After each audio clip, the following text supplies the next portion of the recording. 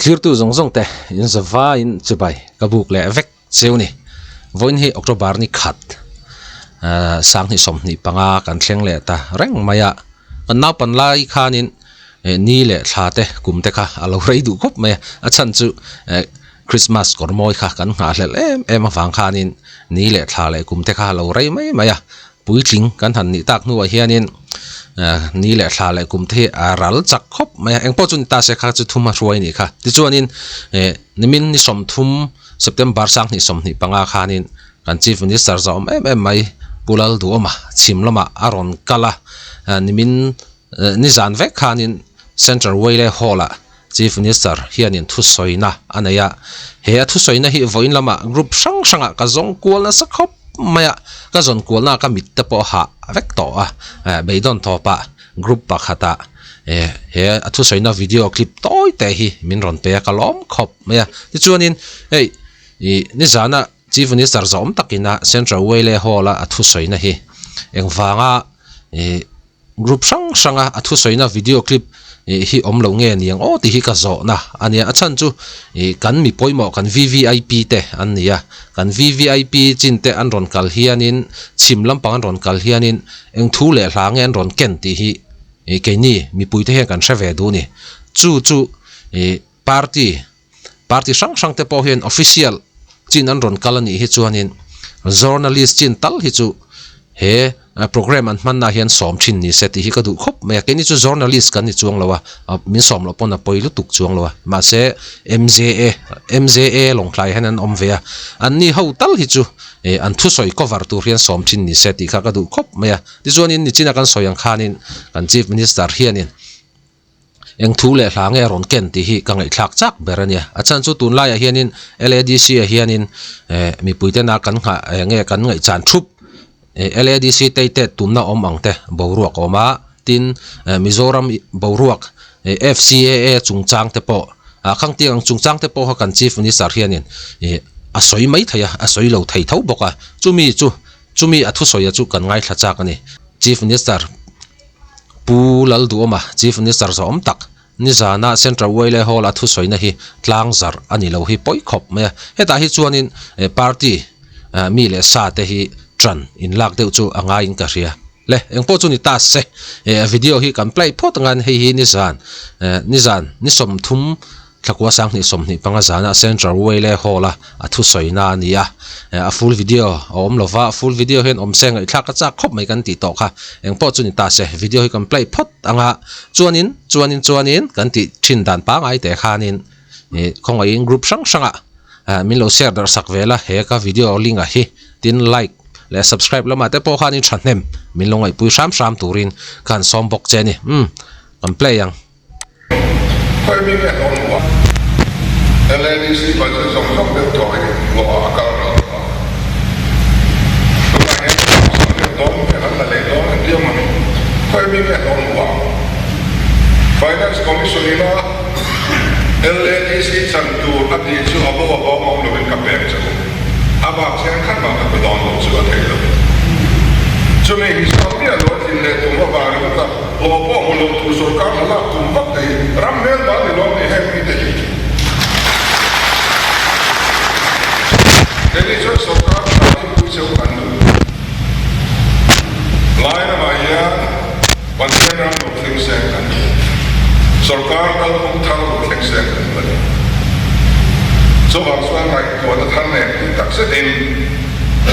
kir kan dia lai ro ma ta tak kan sia ma ni ka kan sia so ta ka ta lo pu chau alo la kan se kha anita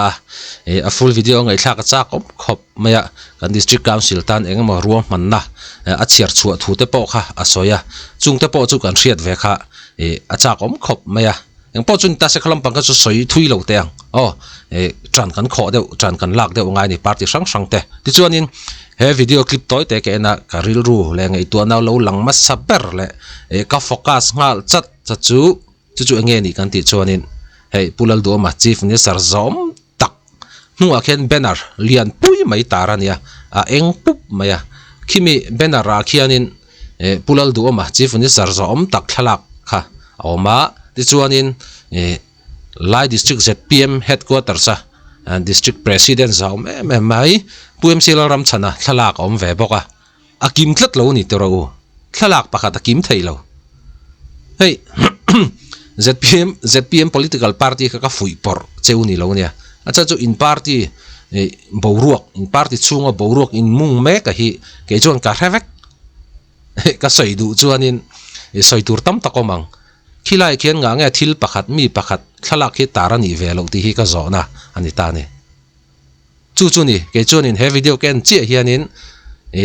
tu te thalak nge an tar ti kha ka ri ru chon zona om khal dai ti chuanin aron lang ta chi Dr. Lorraine lal pek le na chinza mak thalak kha da ani ve tlat lo maya ange hi chu thil thalo tak nin ka ria achana chu chief advisor to CM like ani vea choice of the people ani boka khilai khen khoi molaya te khen asir kila te mo khianin Dr. Lorraine lal pek le na chinza thalak hi chu om ve hi phu ni chu ni karon suitum tak chu wang chun hemi banner boy pui tu te hi tu te nge an ni ka selova hemi boy pui tu te hianin Dr. Lorraine lal pek le na chinza thalak hi an mai pal po ani ve thei thawa mishing hi kan hai hot tlanga en po chun ta se khalam phanga chu kan soi thui lowang ka fui por lo chu thilhom je karon soi mai ni kha in political party boruak nge in boruak ka hi ke chun ka thava ka nakina ticket party ticket hi puang se ta chun kala x-ray don chu ni ka x-ray chak lu tuk cheu en po chun ta se khalam phang chu kan kalsan photanga ti chun in kha video kan chief minister zom tak khanin kan LADC chungchang kha asoya soi thakhop me hemi ni zana ni somthum thlakwa sang ni somni panga zana central way le hola thu soi hi chu 100 in ka pom thlap ani achan chu hemi chungchang hi ke point kalau aw chu pui ve na satawa ma se ma son em kha mu turom lawa tuna avoid ni na tan kan chief minister zom takin karil rumil zong tak mai thuron soya hi ka fak lo theilo ni pulal du oma ka fak khop maya i soi tur dik tak i ron soi ni ti chuanin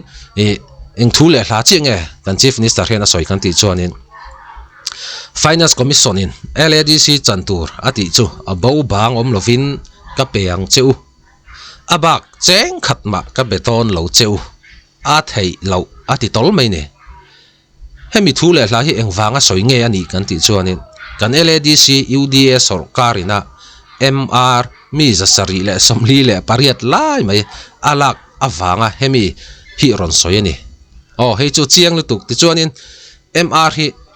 la ro se kaipon ka support lutuk mo ka support lo ni lovin ka support lutuk ma se atok hi riat ve tur ni kati tlat maya tuna hian mi zasari le somli le pariat lai mai an la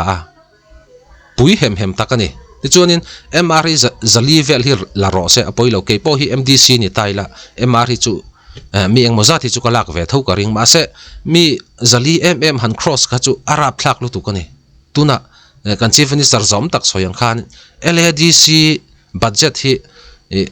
nge 95% vel hi salary akal ral ve kani mi puitan development kha om thei to lo hlo akal zung thla thar che hlo akal ngal zung khang tiang khan ni awang khanin tuna kan chief minister zom takin LADC kan boruak ton mek hi aron soya hi thakati khop me ti chuanin finance commission atangin LADC sum tur hi ron kal thina khami khachu abo bang om lovin min lo pe chuak char dona ma se khami api lampang ero khachu a har sat tal dona ni ka pe don lo cheu a thei lo ati top ani chuwang chunin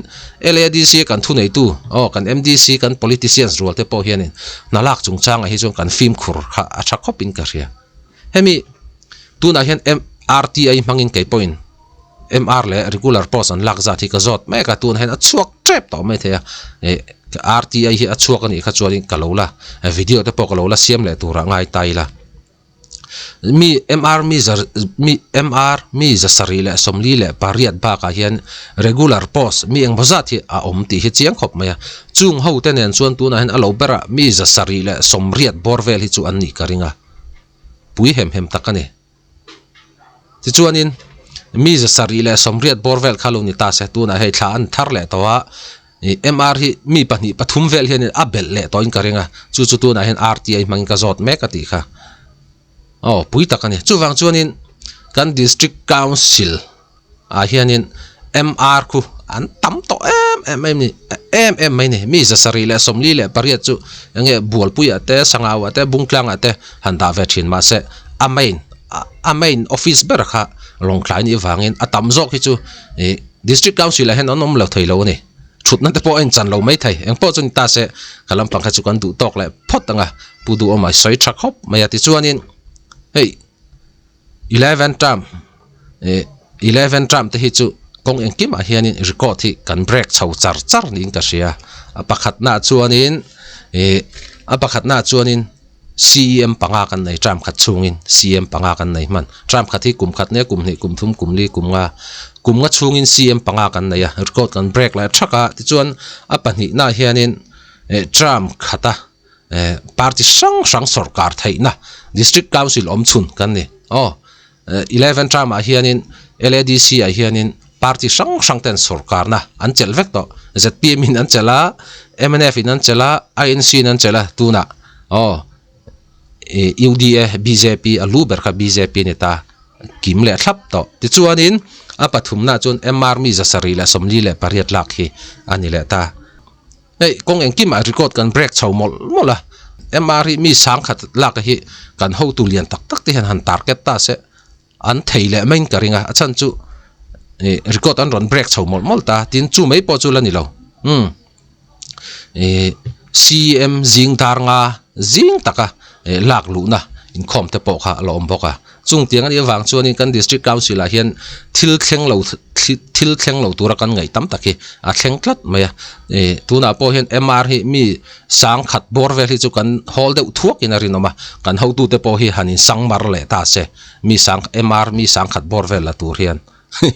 adu om khopin karinga chuan lairam mi pui te po na kan hriat tur ka du chu